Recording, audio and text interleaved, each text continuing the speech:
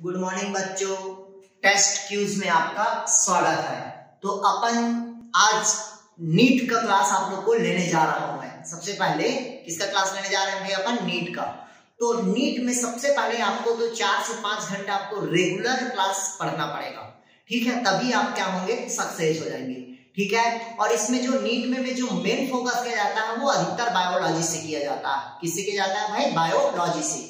क्यों? क्योंकि आपको पता होना चाहिए जो नीट का एग्जाम होता है इसमें सर्वप्रथम 45 क्वेश्चन आता है किसका? आपका फिजिक्स का। और 45 क्वेश्चन आता है किसका? आपका केमिस्ट्री का आता है। जबकि 90 क्वेश्चन किसका आता है? आपका बायोलॉजी का आता है। तो अपने को जो मेन फोकस करना है वो किसमें करना है? अपने को बायोलॉजी में करना, ठीक है? तो आज से मैं आप लोग को बायोलॉजी का क्लास लेने जा रहा हूं, ठीक है? तो नीट में कैसे पढ़ना है और क्या चीज को पढ़ना है ये मेन जरूरी होता है, ठीक है? और मेन जो बेस होता है वो 11th और किससे आता है? 12th का आता है। तो देखिएगा जैसे जो 11th का आता है इससे आता है आपका 40% और जो 12th आता है इससे आता है आपका 60% आता है। टोटल 100% क्वेश्चन यहीं से आता है 11वीं और 12वीं से ही। तो मेन जो बेसिक होता है वो आपका 11th और क्या होता है? 12th होता है। क्लियर है? तो इसके लिए आपको ज्यादा एक्स्ट्रा बुक पढ़ने की जरूरत नहीं है। आप 11th का और 12th का एनसीईआरटी बुक ही पढ़िएगा, जबकि क्वेश्चन सॉल्व के लिए ऑब्जेक्टिव बुक उठाइएगा, ठीक है? तो ऑब्जेक्टिव बुक आता है आपका, ठीक है? एनसीईआरटी का बहुत सारे ऐसे जो रेफरेंस बुक होता है जिससे अपने को क्या करना है? पढ़ना है। तो आज मैं आप लोग को सबसे पहले जो पहला चैप्टर है द लिविंग वर्ड्स, वहीं से आपका मैं स्टार्ट करने जा रहा हूं, ठीक है? तो सबसे पहले देखते हैं लिविंग वर्ड्स। लिविंग वर्ड्स मतलब होता है सजीव जगत होता है। कौन होगा भाई आपका? The living words. देखिएगा सजीव जगत, सजीव की बात करते हैं तो लिविंग की बात करते हैं। सबसे पहले क्या करते हैं? अपन लिविंग की बात करते हैं। लिविंग मतलब क्या होता है? जीवित कोशिका, मतलब ऐसा जीव जो अपना लाइफ साइकिल स्वयं क्या करता है? वो संपन्न करता है, ठीक? और उस जीव पे, लिविंग जीव पे क्या होता है? मेटाबोलाइज्म की क्रिया होती है। कौन सी क्रिया होती है? मेटाबोलाइज्म की। मेटाबोलाइज्म मतलब उपापचय होगा, मतलब उस सेल पे, उस सेल का क्या होगा? कोई भी कोशिका का वृद्धि होगा, विकास होगा, डेवलपमेंट होगा, श्वसन की क्रिया होगी, रिप्रोडक्शन की क्रिया होगी, मेटाबोलाइज्म होगी, पूरे सभी क्रिया क्या होते हैं? संपन्न होगा, तभी वो सेल क्या कहलाएगा? आपका लिविंग सेल कहलाएगा, मतलब सजीव कहलाएगा, ठीक? और ये पूरे जगत में है, इस कारण इसको क्या कहते हैं भाई? लिविंग वर्ड्स कहते हैं, सजीव जगत कहते हैं।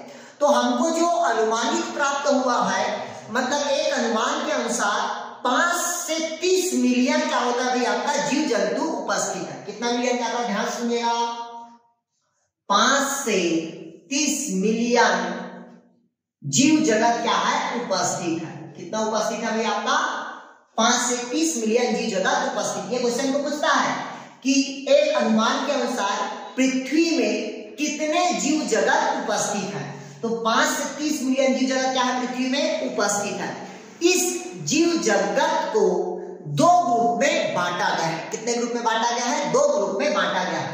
ये जो 2 ग्रुप में बांटा गया है इस जीव जगत को, तो टोटल ये तो अनुमानित है। ये क्या है भाई? आपका अनुमानित जीव है, ठीक? लेकिन जो ज्ञात जीव है, क्या जीव है भाई? आपका ज्ञात जो जीव है वो जनरली 1.7 से 1.8 मिलियन ही क्या अपने को ज्ञात है। ये क्वेश्चन पूछता है कि पूरे पृथ्वी में कितने मिलियन जीव जंतु ज्ञात है?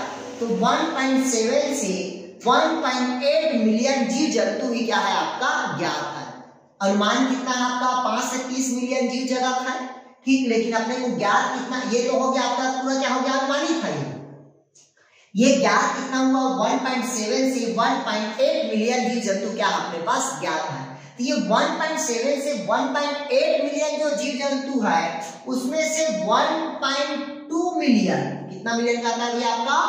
1.2 मिलियन अधिक प्राणियों की जातियां हैं। किसका जातियां है ये भाई? आपका प्राणी की जातियां।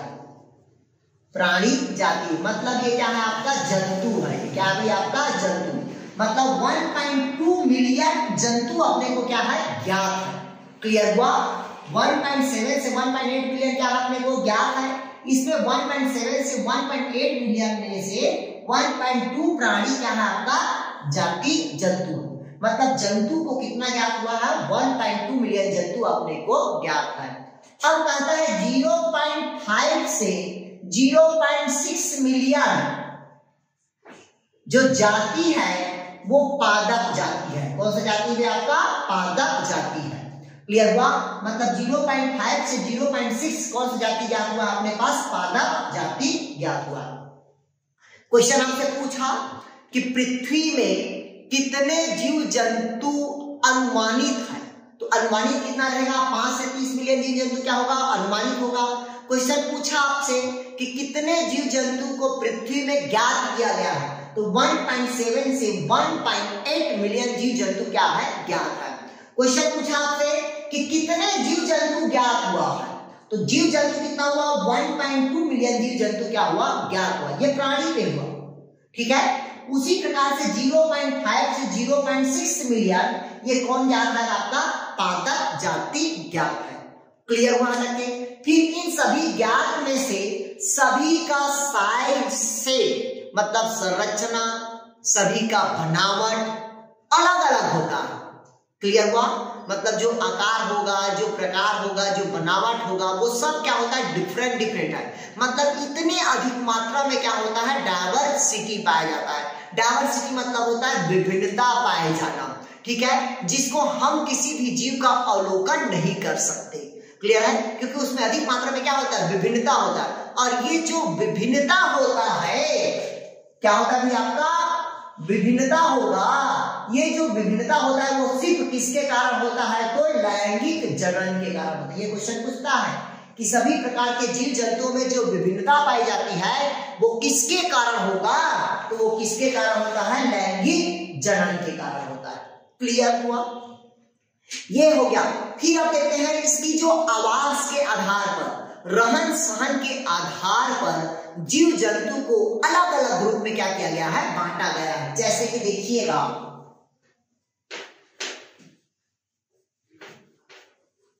जैसे कि अगर हम बात करते हैं, अगर अमीबा की बात करते हैं, किसका बात करते हैं? अमीबा।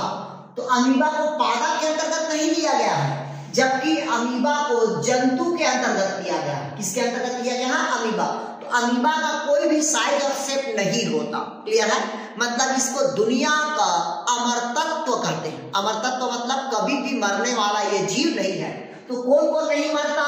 अमीबा कभी नहीं मरता और बैक्टीरिया नहीं मरता कभी। ये अमरतत्व प्राप्त हुआ है, मतलब ये मल्टीप्लिकेशन करता है। हर एक सेकंड में क्या करता है? ये मल्टीप्लिकेशन करता है। इसी कारण जो अमीबा होगा वो किसके अंतर्गत रखा गया है?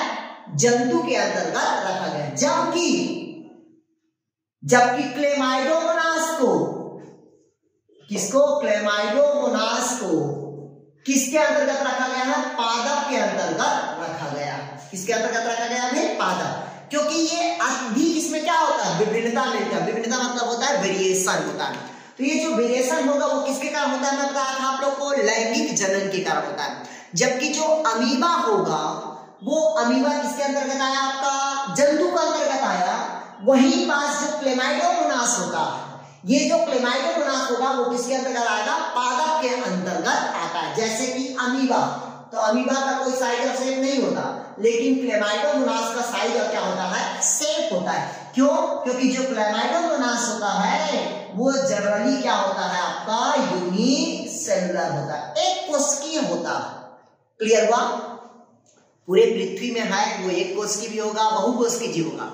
लेकिन यहाँ पास अगर हम विभिन्नता की बात कर रहे हैं तो अमीबा किसके अंतर्गत आएगा? आपका जंतु के अंतर्गत। और क्लेमाइडोमोनास किसके अंतर्गत आएगा? आपका पादप के अंतर्गत आता है। क्लियर हुआ? जबकि और सूक्ष्म जीव भी होते हैं, बहुत सारे ऐसे क्या होते हैं जो सूक्ष्म जीव होते हैं। जैसे सूक्ष्म जीव मतलब तो होता भी आपका माइक्रो ऑर्गेनिज्म होता है। क्या होगा भाई? आपका माइक्रो ऑर्गेनिज्म होगा।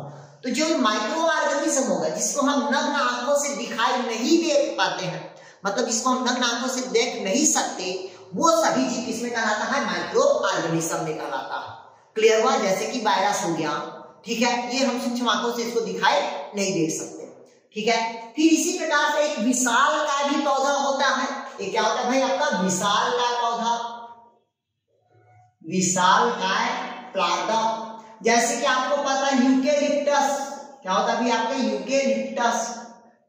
ये जो यूकेलिप्टस की बात कर रहे हैं जिसको कहते हैं नीलगिरी, किसकी बात कर रहे हैं यहाँ पर? नीलगिरी। मतलब वो यूकेलिप्टस का जो प्लांट होता है वो सबसे विशालकाय पौधा होता है। इसकी जो लंबाई होता है, किसकी? यूकेलिप्टस की जो लंबाई होगा 114 मीटर का होता है। कितना मीटर होगा भाई आपका? 114 मीटर का क्या होता है? इसकी लंबाई होता है। कौन सा पौधा का? तो यूकेलिप्टस का, जिसको अपन क्या कहते हैं? नीलगिरी कहते हैं। सबसे लंबी पौधा कौन होगा आपका? यूकेलिप्टस होता है। क्लियर है? फिर इसके अंतर्गत इसी में और बात करते हैं अपन, ये तो हो गया पालक का हो गया। इसी प्रकार से नीली व्हेल, नीली व्हेल मछली की बात कर रहे हैं। किसकी बात कर रहे हैं अपन? नीली व्हेल मछली की बात कर रहे हैं। तो ये एक प्रकार के क्या होते हैं अपन? जंतु है। एक प्रकार के क्या है? जंतु है। इसकी जो वजन होता है वो 199 टन का होता है। कितना होता है भाई आपका? 199 टन इसकी वजन होगी। तो सबसे अधिक मात्रा पे जो विशाल का है प्लांट में वो कौन होगा आपका? यूकेलिप्टस होगा। जबकि वही पास जंतु में कौन होगा आपका? नीली व्हेल होगा। ये जो नीली व्हेल होगा इसकी जो वजन होगा वो कितना होता है? 199 टन होता है। इस कारण जीवों में अधिक मात्रा में क्या होता है? विभिन्नता पाया जाता है। विभिन्नता मतलब होता है डायवर्सिटी होता है। डायवर्सिटी मतलब क्या? किसके कारण होता है? तो लैंगिक जनन के कारण इस जीवों में क्या होता है? विभिन्नता पाया जाता है। क्लियर हुआ यहाँ तक के? देखिए मैं आपको बताया लिविंग मतलब सजीव जगत पढ़ाया। सजीव जगत में पूरे अनुमानित कितना बताया? 5 से कितना मिलियन टन बताया आपको? 30 मिलियन टन है जो क्या अपने पास पृथ्वी में उपस्थित है, जिसमें से 1.7 से 1.8 मिलियन क्या अपने पास ज्ञात है। इसमें से 1.2 मिलियन क्या आपका प्राणी है और 0.5 मिलियन से 0.6 मिलियन क्या आपका प्लांट है। और इन सभी जीवों में क्या पाया जाता है? विभिन्नता पाई जाती है। और ये जो विभिन्नता होगा वो किसके कारण होता है? आपका लैंगिक जनन के कारण विभिन्नता होता है। ये जो विभिन्नता होगा जैसे कि अमीबा है, अमीबा को क्या होता है? अमरतत्व का ज्ञान है। अमरतत्व मतलब क्या होता है? वो कभी मरने वाला जीव नहीं है। इस कारण अमीबा को किसके अंतर्गत रखा है? जंतु के अंतर्गत। और पादप के अंतर्गत किसको रखा गया है? क्लेमाइडोमोनास को रखा गया। यही पास विशालकाय की बात करते हैं तो नीलगिरी जो पौधा होता है जिसको कहते हैं यूकेलिप्टस कहते हैं, वो सबसे लंबी पौधा होती है जिसकी लंबाई होता है 119 मीटर होता है। जबकि वहीं पास एक विशालकाय जंतु के रूप में नीली व्हेल मछली होता है। ये जो नीली व्हेल मछली का जो वजन होगा वो 199 टन होता है।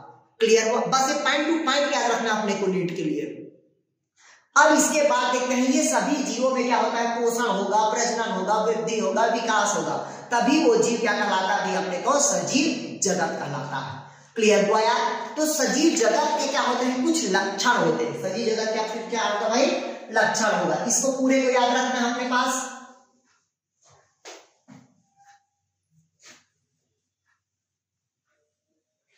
अब देखते हैं हमारे सजीव जगत के क्या देखते हैं? लक्षण।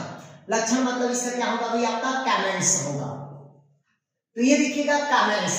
कैमेंट्स में सबसे पहले कहता है कि कोई भी जीवों का निश्चित आकार के साथ इंडिविजुअल होना चाहिए। मतलब किसी भी क्या कह सकते हैं भाई? इसका पहला साइज एंड शेप होना चाहिए। क्या होना चाहिए? साइज एंड शेप होना चाहिए। मतलब साइज और क्या होना चाहिए? उसका शेप मतलब आकार और उसका क्या होना चाहिए? प्रकार होना चाहिए। क्लियर है? तो किसी भी जीव का जो आकार होता है वो स्मॉलेस्ट भी हो सकता है और सेकंड क्या हो सकता है? इसका लार्जेस्ट भी होगा। अगर स्मॉलेस्ट की बात करें तो सबसे स्मॉलेस्ट जो होता है वो माइक्रो मतलब कौन होता है? आपका माइकोप्लाज्मा होता है। सबसे स्मॉलेस्ट होता है आपका माइकोप्लाज्मा होता है। सबसे स्मॉलेस्ट इसलिए होता है क्योंकि इसमें क्या होता है? साइज और शेप क्या होता है? मतलब उपस्थित तो है, लेकिन इसमें सेल वॉल क्या होता है, अनुपस्थित होता है। इस कारण माइकोप्लाज्मा को स्मॉलेस्ट सेल कहा जाता है, या इसी को अंडे का भुंजी के समान क्या बताया जाता है, इसकी संरचना बताया जाता है। पिछले बार नीट में आया क्वेश्चन कि भुंजी के समान किसकी संरचना होती है, या कौन सा ऐसा कोशिका है जिसका साइज और शेप नहीं होता, तो वो आपका माइकोप्लाज्मा होगा, जो स्मॉलेस्ट सेल होता है। ठीक है, और एक और बड़ा सेल होता है, लार्जेस्ट सेल होता है, जिसे कहते हैं अपन नर्व सेल कह देते हैं। कौन सेल कहते हैं, आपका नर्व सेल कहते हैं, या इसी को लार्जेस्ट बोल देते हैं, आपको ऑस्ट्रिच का एग बोलते हैं। क्या कहते हैं भाई, ऑस्ट्रिच का एग बोलते हैं। क्लियर, ये क्या होता है, आपका लार्जेस्ट होता है। ये तो हो गया, किसकी बात हो गया, आपका साइज का हो गया, शेप का भी बात हो गया, आकार और क्या होता है, इसकी प्रकार होता है। क्लियर हुआ। तो ऐसे जीवों को क्या कहते हैं, उसकी आकार और क्या होना चाहिए भाई, आपका प्रकार होना चाहिए। जैसे कि आपको पता होगा, जैसे कि प्रोटोजोआ है, ठीक है, इसको आप पहचान लोगे, केकड़ा को पहचान लोगे, जीवाणु को पहचान लोगे, ये सभी जीवों को आप आसानी से क्या कर सकते हो, पहचान सकते हो। क्लियर हुआ। ये क्या होता है, पेड़ को बरगद के पेड़ के नाम से जानते हैं, कछुआ को केकड़ा के नाम से, पेड़ गाय के क्षेत्र से गाय को अलग जानते हो, तेंदुआ को अलग जानते हो। ये मतलब अलग अलग हम क्या कर सकते हैं, उसमें जीवों को पहचान सकते हैं। जैसे कि मान लीजिएगा, जैसे कि आपसे पूछा गाय, भैंस, जानवर, ये सभी किसके अंतर्गत आएगा, आपका जंतु का अंतर्गत आएगा। वहीं पास आपका मान लीजिए बरगद है, बबूल है, आम है, ये सब किसके अंतर्गत आएगा भी, आपका पादप के अंतर्गत आता है। तो इस प्रकार में हम किसी भी जीव को आसानी से क्या कर सकते हैं, उससे पहचान सकते हैं। तो पहला हो गया साइज और शेप। दूसरा होता है संरचना और विशिष्टता, मतलब ऑर्गेनाइजेशन एंड स्ट्रक्चर देखते हैं। दूसरा क्या होगा भी, आपका ऑर्गेनाइजेशन एंड स्ट्रक्चर देखते हैं। दूसरा स्ट्रक्चर एंड ऑर्गेनाइजेशन, मतलब संरचना और क्या देखेंगे, उसकी संगठन देखते हैं। तो संरचना की बात करते हैं तो कोई भी जीव क्या होता है, आपका यूनिसेलुलर होता है। कैसा होगा भी, आपका यूनिसेलुलर। यूनिसेलुलर के अंतर्गत एग्जांपल में आता है आपका क्लोरेला, और दूसरा कौन आता है, आपका क्लेमाइडोमोनास आता है। ये सभी क्या होता है, यूनिसेलुलर होता है। यहीं पास अपन बात करते हैं मल्टी सेलुलर की। तो मल्टी सेलुलर में कौन आएगा, आपका प्लांट आएगा, और कौन आएगा, आपका एनिमल्स आता है। ये सभी क्या होता है, आपका स्ट्रक्चर के आधार पर होता है। कोई यूनिसेलुलर होता है और कोई क्या होता है, मल्टी सेलुलर होता है। क्लियर हुआ। किसी का सेलुलर स्ट्रक्चर हो सकता है, ठीक है, किसी का टिश्यू स्ट्रक्चर हो सकता है, किसी का ऑर्गन स्ट्रक्चर हो सकता है। मतलब ये अलग अलग प्रकार की क्या होती है, संरचना होता है। क्लियर हुआ। फिर इसके संरचना के बाद क्या होता है, इसकी ऑर्गेनाइजेशन, गठन होता है। तो गठन मतलब जो शारीरिक निर्माण होता है, किसी का सिर्फ कोशिकीय गठन होता है, किसी का ऊतकीय गठन होता है, किसी का अंग गठन होता है, किसी का अंग तंत्र होता है। तो इस प्रकार से क्या होता है, बहुत सारे क्या होते हैं, इसमें मिलकर बना होता है। जैसे कि ये तो हो गया आपका क्या हुआ, स्ट्रक्चर, संरचना। ऑर्गन की बात करते हैं, किसी का क्या होगा, बोला था आपका सेल्युलर स्ट्रक्चर होगा, किसी का टिश्यू स्ट्रक्चर होगा, किसी का ऑर्गन स्ट्रक्चर होगा, और किसी का क्या होगा, आपका ऑर्गन सिस्टम होगा। इस प्रकार से क्या होता है, बहुत सारे जीवों का अंत में बॉडी भी बनेगा। ये ऐसे क्या होता है, उसकी संगठन होती है। क्लियर है। तो इस प्रकार के हम क्या सकते हैं, दूसरा स्ट्रक्चर और उसका क्या देखते हैं, ऑर्गेनाइजेशन देखते हैं। तीसरा होता है आपका कोशिकीय संरचना, सेलुलर स्ट्रक्चर देखते हैं। क्या देखते हैं भी, आपका सेलुलर स्ट्रक्चर। तो यही बात देख लिया, उसका क्या, सेलुलर स्ट्रक्चर। अगर एक सेल का है तो यूनिसेलुलर, और बहुत सारे सेल मिलके बनता है तो क्या कहलाता है, मल्टी सेलुलर कहलाता है। जैसे बहुत सारे कोशिका मिलके ऊतक का निर्माण करता है, और बहुत सारे ऊतक मिलकर किसका निर्माण करता है, अंग का निर्माण करेगा। बहुत सारे अंग मिलकर क्या होता है, अंग तंत्र का निर्माण करेगा, और बहुत सारे अंग तंत्र मिलकर एक शरीर का क्या करता है, निर्माण करता है। जब एक शरीर बन गया तो इंडिविजुअल, एक व्यक्तित्व का क्या करेगा, निर्माण करेगा। जब एक व्यक्ति बन गया तो उसका शादी कर दिए तो पॉपुलेशन बढ़ेगा, पॉपुलेशन बढ़ेगा तो उसका एक इकोसिस्टम बनेगा, इकोसिस्टम बनेगा तो उसका क्या बनेगा, समुदाय बनेगा, कम्युनिटी बनेगा। उसके बाद उसका क्या बनेगा, बायोस्फीयर बनेगा, मतलब एक जैव मंडल का पूर्ण रूप से क्या हो जाएगा, विकास होगा। इस प्रकार से किसी भी जीव का क्या होता है, संगठन का निर्माण होता है। ये हो गया तीसरा। चौथा देखते हैं इसी में और जो होता है, तीसरा होता है आपका मेटाबोलाइज्म होगा। कौन सी क्रिया होती है आपका? मेटाबोलाइज्म। मेटाबॉलिज्म मतलब होता है उपापचय होता है। क्या होता है भाई आपका? उपापचय। मतलब भोज्य पदार्थ का बनना और भोज्य पदार्थ का टूटना दोनों क्रिया एक साथ हो रहा है तो वो क्रिया क्या कहलाता है? मेटाबोलाइज्म कहलाता है। क्या कहलाता है भाई? मेटाबोलाइज्म। ये जो मेटाबोलाइज्म होगा वो सभी जीवों में क्या होती है? संपन्न होती है। क्लियर हुआ? तो ये जो मेटाबोलाइज्म होगा इसकी दो रूप देखने को मिलता है। पहला होता है आपका एनाबोलिज्म होगा। एनाबोलिज्म मतलब क्या होगा? आपका उपचय होगा। क्लियर है? दूसरा होता है आपका कैटाबोलिज्म होगा। कैटाबोलिज्म मतलब क्या होता है? अपचय होगा। और दोनों क्रिया एक साथ हो रहा है तो वो क्या कहलाता है? मेटाबोलाइज्म कहलाता है। क्लियर हुआ? तो सबसे पहले देखते हैं एनाबोलिज्म देखते हैं। क्या देखते हैं इसका? एनाबोलिज्म देखते हैं। तो एनाबोलिज्म मतलब क्या होता है? ध्यान से सुनिएगा। एनाबोलिज्म मतलब जो स्मॉल मॉलिक्यूल मिलकर, मतलब स्मॉल छोटे छोटे अणु मिलकर किसका निर्माण करता है? लार्जेस्ट मॉलिक्यूल का क्या करता है? आपका निर्माण करता है। ये क्रिया क्या कहलाता है? एनाबोलिज्म कहलाता है। मतलब छोटे छोटे अणु मिलकर बड़े अणु का निर्माण करना क्या कहलाता है? आपका एनाबोलिज्म कहलाता है। एनाबोलिज्म मतलब क्या होगा भाई आपका? ये उपचय कहलाएगा। क्या कहलाएगा भाई आपका? ये उपचय।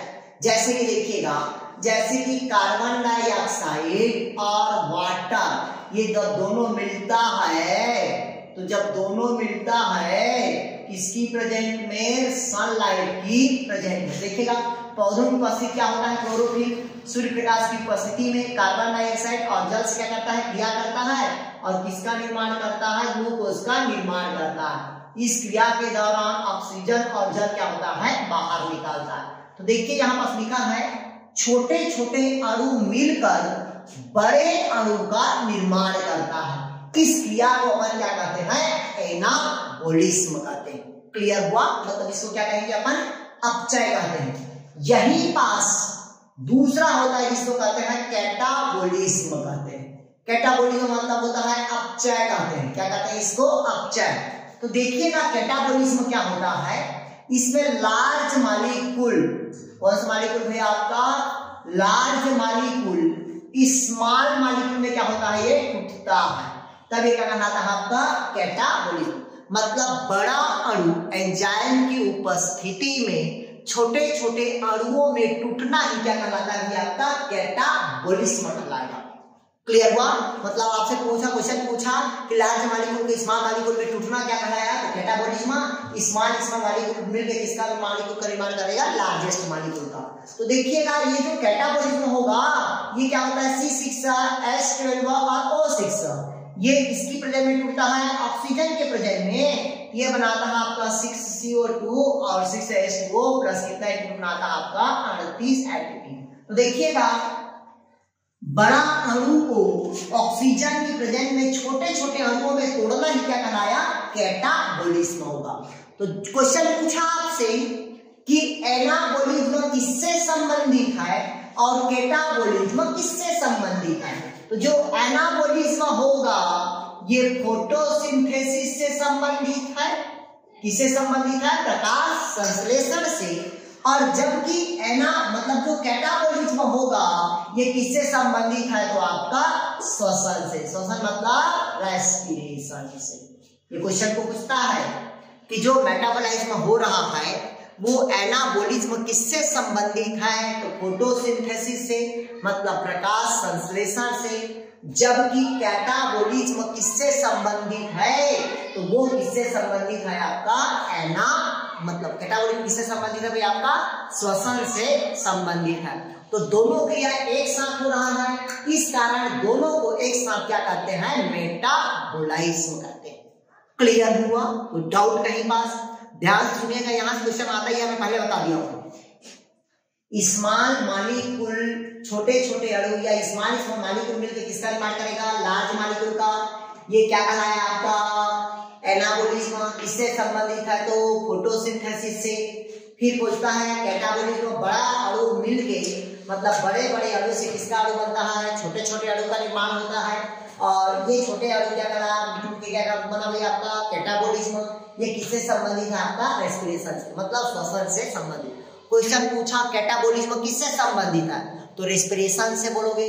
मेटाबोलिज्म पूछा आपसे एनाबोलिज्म किससे संबंधित है, तो फोटोसिंथेसिस में। क्वेश्चन पूछा कि लार्ज मॉलिक्यूल का स्मॉल मॉलिक्यूल में टूटना किससे संबंधित है, तो वो होगा आपका कैटाबोलिज्म में। पूछा आपसे स्मॉल मॉलिक्यूल का लार्ज मॉलिक्यूल में टूटना क्या कहलाया या जुड़ना क्या कहलाया आपका, तो एनाबोलिज्म कहलाएगा। ये दोनों क्रिया एक साथ हो रहा है, इसलिए इसको क्या कहते हैं अपन, मेटाबोलिज्म कहते हैं। अब आप कंफ्यूज करोगे कि सर मनुष्य के शरीर में ये जो उपापचय हो रहा है वो कैसे हो रहा है, तो समझिएगा मनुष्य के शरीर में ये प्रोसेस कैसा हो रहा है। देखिएगा मनुष्य के शरीर में कैसा होता है ये मेटाबोलिज्म का। क्लियर, ये क्वेश्चन को पूछता है कि मनुष्य के शरीर में जो मेटाबोलिज्म हो रहा है वो कैसा हो रहा है। तो देखिएगा हम खाना खाते हैं, क्या खाते हैं भाई, खाना खाते हैं। क्लियर हुआ, तो खाना हमारे पास क्या है, ये बड़ा मॉलिक्यूल है। बड़ा मॉलिक्यूल मतलब लार्ज मॉलिक्यूल है। लार्ज मॉलिक्यूल जब टूटता है तो हमको क्या प्राप्त हुआ भाई, आपका ग्लाइकोजन प्राप्त हुआ। ठीक, तो हम ग्लूकोज खाए तो हमको क्या प्राप्त हुआ, ग्लाइकोजन। ये ग्लाइकोजन हमारे लीवर में क्या होता है, संग्रहित होता है। मतलब ग्लाइकोजन बना तो किससे संबंधित है, आपका एनाबोलिज्म से संबंधित है। क्लियर हुआ। अब हमारे शरीर को एनर्जी चाहिए, क्या चाहिए, हमारे शरीर को एनर्जी चाहिए। जब हमारे शरीर को एनर्जी चाहिए, ये ग्लाइकोजन क्या होता है, टूटता है। क्या होता है, टूटता है। और टूटने के पश्चात हमको एटीपी क्या करता है, वो प्रदान करता है। तो वो क्रिया क्या कहलाया, कैटाबोलिज्म कहलाया। मतलब ग्लाइकोजन का बनना क्या कहलाया, एनाबोलिज्म। ग्लाइकोजन का टूटना क्या कहलाया, कैटाबोलिज्म। दोनों हमारे शरीर में एक साथ हो रहा है, इस कारण इसको अपन क्या कहते हैं, मेटाबॉलिज्म कहते हैं। कोई डाउट कहीं पास, क्लियर हुआ। ये तो हो गया, चौथा हो गया आपका।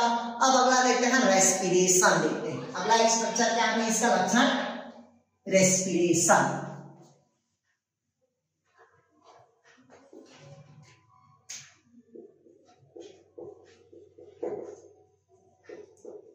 रेस्पिरेशन मतलब होता है श्वसन की बात करते हैं। तो श्वसन देखिएगा सभी जीवों में क्या होती है, श्वसन की क्रिया संपन्न होती है। तो सभी जंतु में क्या होती है, श्वसन की क्रिया होगा, लेकिन पादप जंतु में फोटो रेस्पिरेशन होता है। क्या होता है, फोटो रेस्पिरेशन। ये क्वेश्चन को पूछता है जंतु में क्या हो रहा है, आपका रेस्पिरेशन हो रहा है। क्लियर है, क्या हो रहा है आपका, रेस्पिरेशन। तो सभी जीव जंतु में श्वसन की क्रिया क्या होती है, संपन्न होती है। लेकिन मनुष्य श्वसन तो हो रहा है, लेकिन मनुष्य में ब्रीथिंग होता है। ब्रीथिंग मतलब होता है श्वासोश्वास होता है। मतलब ऑक्सीजन का लेना, कार्बन डाइऑक्साइड का छोड़ना, ऑक्सीजन का लेना, कार्बन डाइऑक्साइड का छोड़ना, ये सब क्या कहलाता है, ब्रीथिंग कहलाता है। जैसे कि देखिए ये सब क्या है, ब्रीथिंग है। तो ये जो शरीर के अंदर हो रहा है वो क्रिया क्या कहलाता है, आपका श्वसन कहलाता है। तो सभी जंतुओं में क्या होती है, श्वसन की क्रिया होती है। किंतु पादप जंतु में श्वसन की जगह क्या होता है, पादपीय श्वसन होता है। कौन सा श्वसन होता है, पादप श्वसन होता है, जिसको कहते हैं फोटो रेस्पिरेशन कहते हैं। ये फोटो रेस्पिरेशन के समय जंतु क्या करता है, कार्बन डाइऑक्साइड छोड़ता है और ऑक्सीजन क्या करता है, भी आपका लेता है। ऑक्सीजन क्या करेगा, ये लेता है। कोई भी पौधा ऑक्सीजन क्या करेगा, लेगा और कार्बन डाइऑक्साइड छोड़ेगा। कब, पादप श्वसन के दौरान। जबकि प्रकाश संश्लेषण के दौरान पौधा कार्बन डाइऑक्साइड लेता है और ऑक्सीजन छोड़ता है। ये याद रखना इसको। पौधा प्रकाश संश्लेषण के दौरान कार्बन डाइऑक्साइड क्या करता है, लेता है और ऑक्सीजन क्या करता है, ये छोड़ता है। इसीलिए कार्बन डाइऑक्साइड हमेशा कहाँ जाता है, ऊपर की ओर जाता है और ऑक्सीजन कहाँ आता है, नीचे की ओर। इस कारण हम जितना अधिक मात्रा में ऊपर जाते जाएंगे हमको ऑक्सीजन की मात्रा क्या होगा, कम मिलेगा। लेकिन हम जितना ही नीचे आएंगे उतना ही अधिक मात्रा में हमको ऑक्सीजन प्राप्त होगा। क्लियर हुआ यहाँ तक के? फिर देखिएगा ये कौन हो गया आपका फोटो रेस्पिरेशन, मतलब पादप में भी क्या होता है, श्वसन की क्रिया होती है। तो ये जो श्वसन की क्रिया होगी ये ऑक्सीजन की उपस्थिति में भी होगा और ऑक्सीजन की क्या होगा आपका अनुपस्थिति में होता है। तो दोनों क्रिया पे क्या होती है, श्वसन की क्रिया होगा। बट जहां ऑक्सीजन की प्रेजेंट में होगा वहां कितना एटीपी बनेगा, 38 एटीपी बनेगा। किससे, एक ग्लूकोज के मॉलिक्यूल से, ठीक है। मतलब एक ग्लूकोज के अणु जब टूटता है ऑक्सीजन की प्रेजेंट में कितना एटीपी बनेगा, 38 एटीपी बनता है। यहीं पास अगर एक ग्लूकोज अगर ऑक्सीजन की अपसेंट में टूटेगा तो यहां पास कितना एटीपी बनेगा, 2 एटीपी प्राप्त होगा। क्लियर हुआ। अगर पादप की पुरानी कोशिका है, मतलब पुरानी कोशिका होगा या पुराने पौधा होगा तो उसमें कितना एटीपी बनता है, 36 एटीपी बनता है। कितना एटीपी बनेगा, 36 एटीपी बनता है। क्लियर हुआ। मतलब पादप की पुरानी कोशिका में कितना एटीपी बनेगा भाई आपका, 36 एटीपी बनता है। क्लियर हुआ। तो ये क्या हुआ भाई आपका रेस्पिरेशन का प्रोसेस हुआ। अब रेस्पिरेशन के बाद देखते हैं समस्थापन। इसका लक्षण होता है समस्थापन, होमोस्टैटिस बोलते हैं। अगला रेस्पिरेशन के बाद क्या है आपका, होमोस्टैटिस।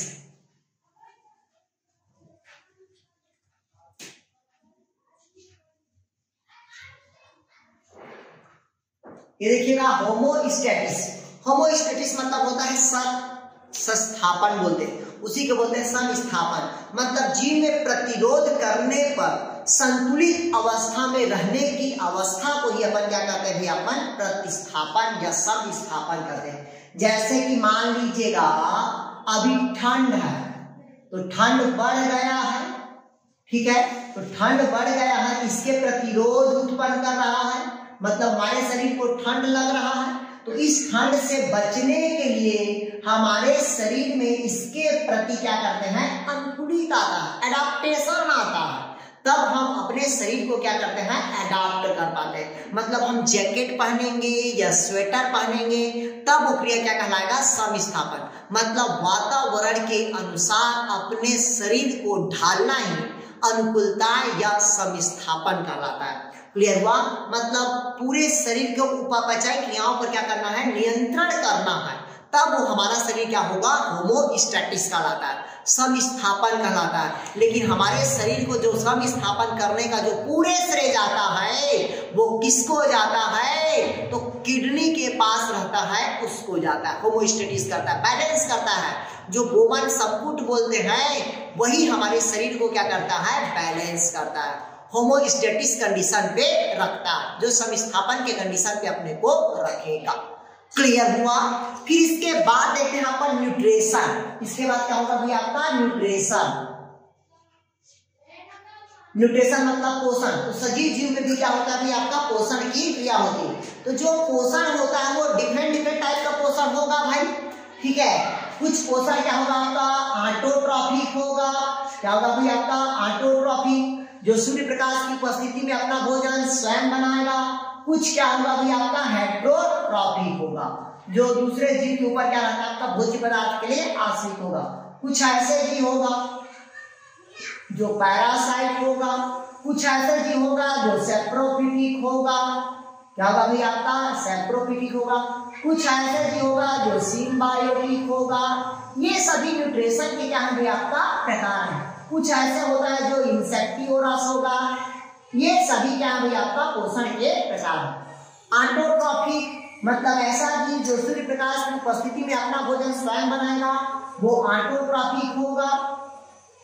दूसरा हेट्रोट्रॉफिक मतलब ऐसा जीव जो भोज्य पदार्थ के लिए दूसरे जीव के ऊपर क्या रहता है, आश्रित रहता है।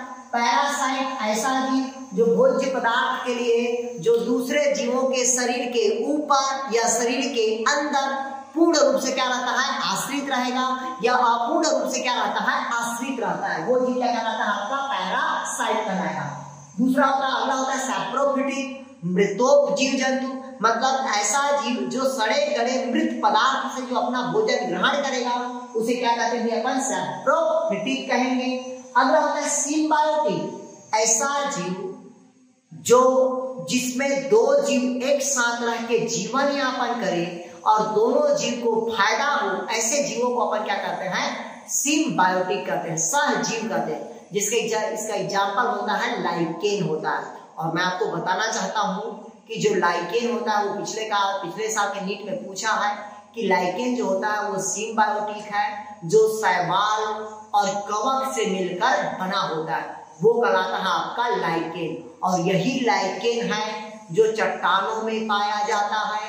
इसी कारण लाइकेन को एयर पॉल्यूटेंट का इंडिकेटर कहा जाता है। क्या कहा जाता है, एयर पॉल्यूटेंट का इंडिकेटर कहा जाता है, मतलब वायु प्रदूषण का प्रतिरोधक कहा जाता है। मतलब जिस जगह पे गंदगी होगा उस जगह पे लाइकेन का ग्रोथ नहीं होगा। क्लियर हुआ यहां तक के? तो ये किसका बात हो गया भाई, आपका न्यूट्रिशन का बात हो गया। अगला इसके जो लक्षण है वो आपका वृद्धि का है। इसका है अगला लक्षण आपका वृद्धि का। वृद्धि मतलब क्या होगा भाई, आपका ग्रोथ होगा। तो इधर देखिएगा, कोई भी जो सजीव जीव होगा उस सजीव जीव के शरीर में पहले कौन सी क्रिया होगी, मेटाबोलाइज्म होगा। मेटाबोलाइज्म होगा तो सेल के साइड में क्या होगा, ग्रोथ होगा। सेल के साइड में क्या होगा, ग्रोथ होगा, मतलब सेलुलर स्ट्रक्चर बढ़ेगा, फिर बॉडी का ग्रोथ होगा, फिर उसके ऑर्गन में डिफरेंटेशन आएगा, तभी अंग का क्या होगा, वो निर्माण होगा। मतलब उसकी साइज और से उसके अलग अलग क्या होना भाई, उसके शरीर में परिवर्तन होना, वही क्या कहलाता है, आपका वृद्धि कहलाता है। हाँ, लेकिन वृद्धि हुआ तो अंत में मतलब जन्म से लेकर मृत्यु को क्या होगा, वो प्राप्त होगा, वही क्या कहलाता है, आपका वृद्धि कहलाता है। क्लियर है? एंजिंग मतलब क्या होता है, आपका बुढ़ापा आएगा।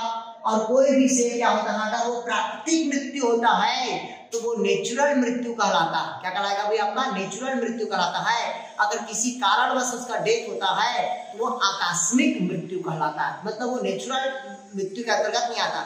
लेकिन वो अगर नेचुरल मृत्यु हो रहा है तो अपने पूरे लाइफ साइकिल को क्या कर रहा है, वो कंप्लीट करके मृत्यु हो रहा है। मतलब उसके सेल में पूरे क्या हुआ, वृद्धि हुआ, विकास हुआ, श्वसन किया, प्रजनन किया, तब कहीं जाके वो बुढ़ापा आया और उस सेल का क्या होने लगा, एंजिंग होने लगा। क्लियर हुआ? फिर कहता है उत्तेजनशीलता होगा। अगला क्या होगा भाई, आपका सेंसिटिव होगा। क्या होगा आपका अगला पॉइंट, संवेदनशील होगा। क्या होगा भाई, आपका संवेदनशील, मतलब सेंसिटिव होता है। सेंसिटिव मतलब जैसे कि देखिएगा, कोई भी ऐसे जीव होता है जिसमें क्या होता है, सेंसिटिव होता है। सेंसिटिव मतलब होता है जैसे कि मान लीजिए किसी को हम टच करते हैं तो हमारी जगह से क्या होता है, हट जाता है, तो वो कहलाता है सेंसिटिव होना। जैसे कि मान लीजिएगा क्लेमाइडोमोनास है तो उसमें जो फ्लैजिला होता है वो सेंसिटिव होता है। बैक्टीरिया में जो आपका फ्लैजिला रहेगा या सीलिया रहता है वो भी क्या रहता है, आपका सेंसिटिव रहता है, जो अपने को सजीवों में दिखाई देता। क्लियर हुआ? तो ये क्या कहता है, उसकी संवेदनशीलता के सजीवों में पाया जाता है। जैसे कि अगर यहाँ से कोई चीज गिरेगा तो हम ऐसे दूर हट जाते हैं, मतलब वो हमारे क्या है, संवेदनशील है। मतलब हम हमारे शरीर में क्या होता है, आपका कोई भी चीज का आभास करने का क्या होता है, ज्ञान होता है।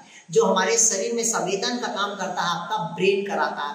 और ब्रेन का जो मुख्य पार्ट होता है वो होता है आपका, कौन होता है भाई, आपका सेरेब्रम होता है। कौन होगा, आपका सेरेब्रम। मतलब रम दारू याद रखना, क्योंकि नशा सबसे अधिक मात्रा में किसमें होता है, रम दारू में। इसी कारण मस्तिष्क का भी पूरे शरीर का संवेदन करता है, वो कौन होता है, आपका सेरेब्रम करता है।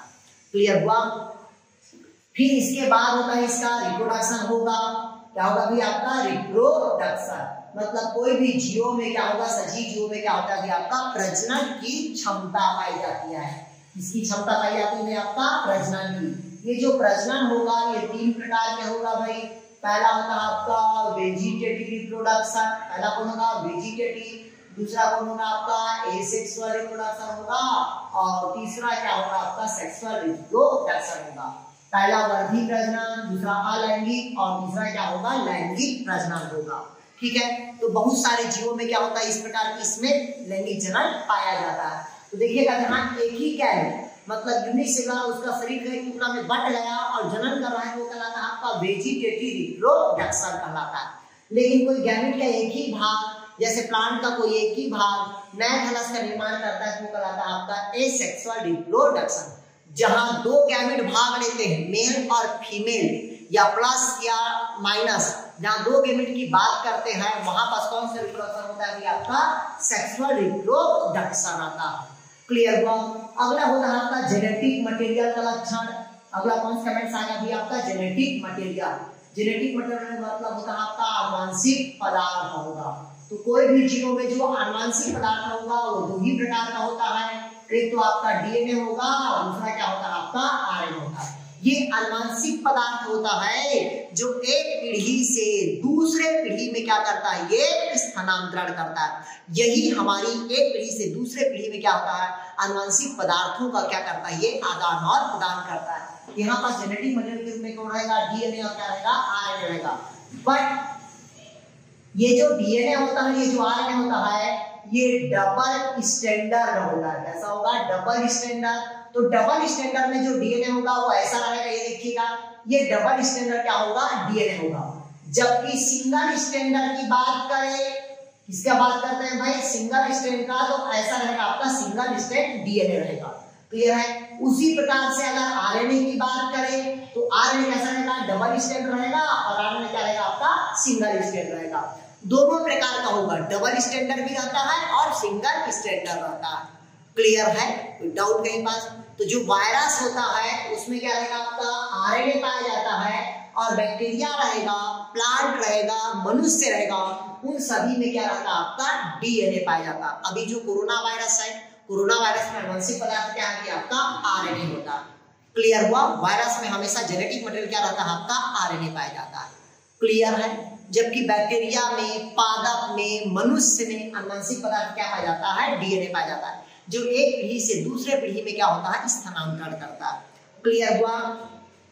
लेकिन यही जो डीएनए है किसी भी शरीर का क्या करता है, वो बनावट का क्या करता है, निर्धारण करता है। इसके बाद होता है अनुकूलशीलता, मतलब एडाप्टेशन। जेनेटिक मटेरियल के बाद क्या होता है आपका एडाप्टेशन। एडाप्टेशन, एडाप्टेशन मतलब होता है अनुकूलता।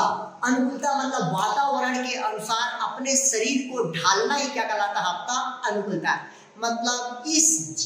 मतलब इस पृथ्वी में या इस जगत में वही जीव सरवाइव करेगा जो वातावरण के अनुसार अपने आप को क्या करेगा, वो ढालेगा।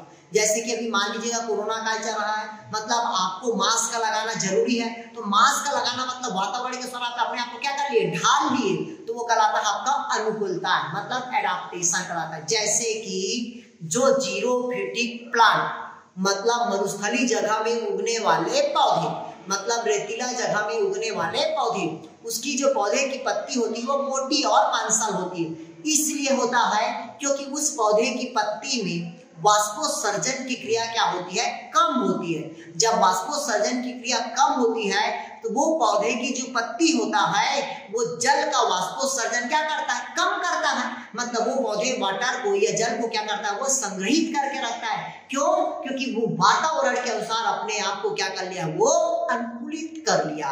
तो ये क्या कहलाता है, एडाप्टेशन कहलाता है। फिर इसके बाद होता है आपका मूवमेंट एंड लोकोमोशन होगा।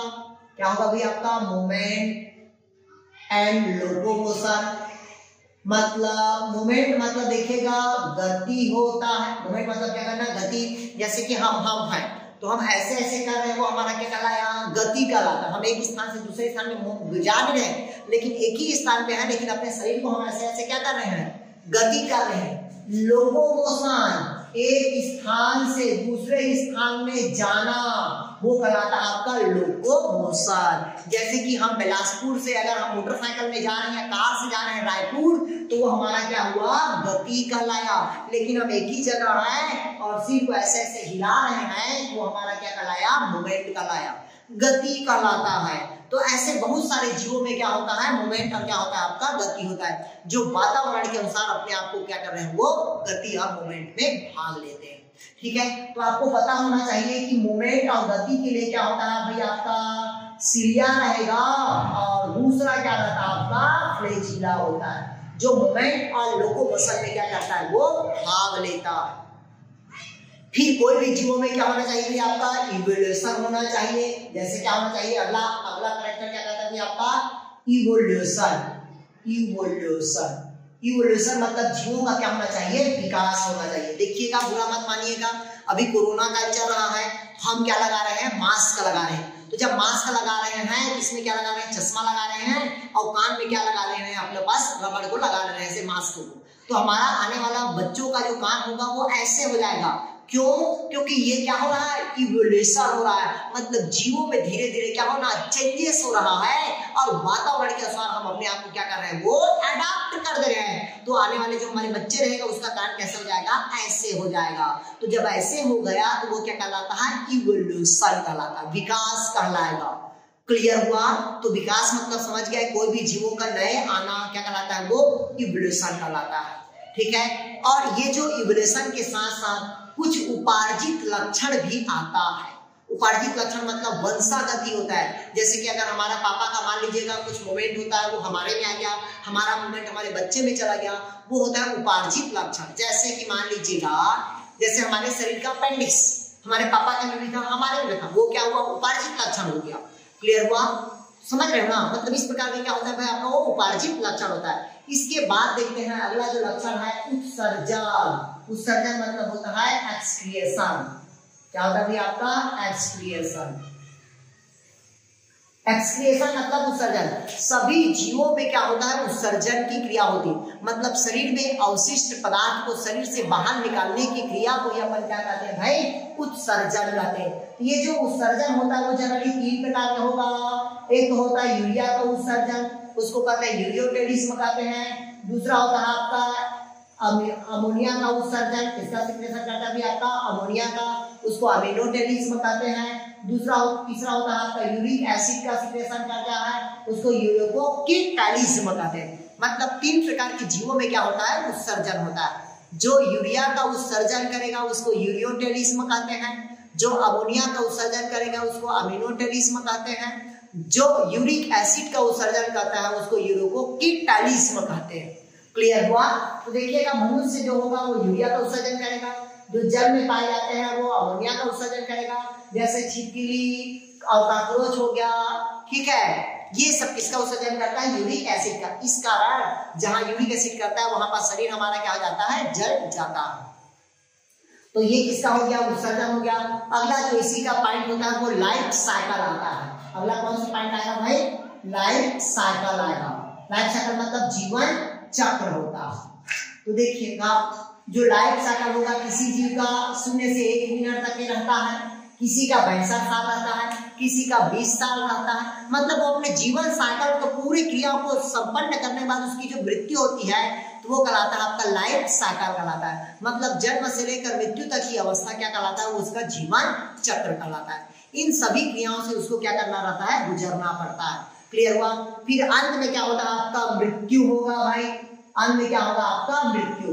मृत्यु मतलब क्या होता है, आपका डेथ होगा।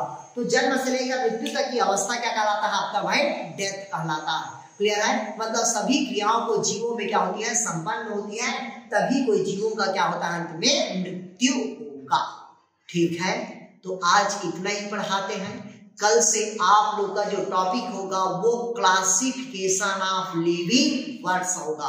तो मैं जो पॉइंट टू पॉइंट पढ़ाया हूँ उसी बस को पढ़िएगा, ज्यादा थ्योरी पे फोकस नहीं करना है। ठीक है, ओके दोस्त, थैंक यू।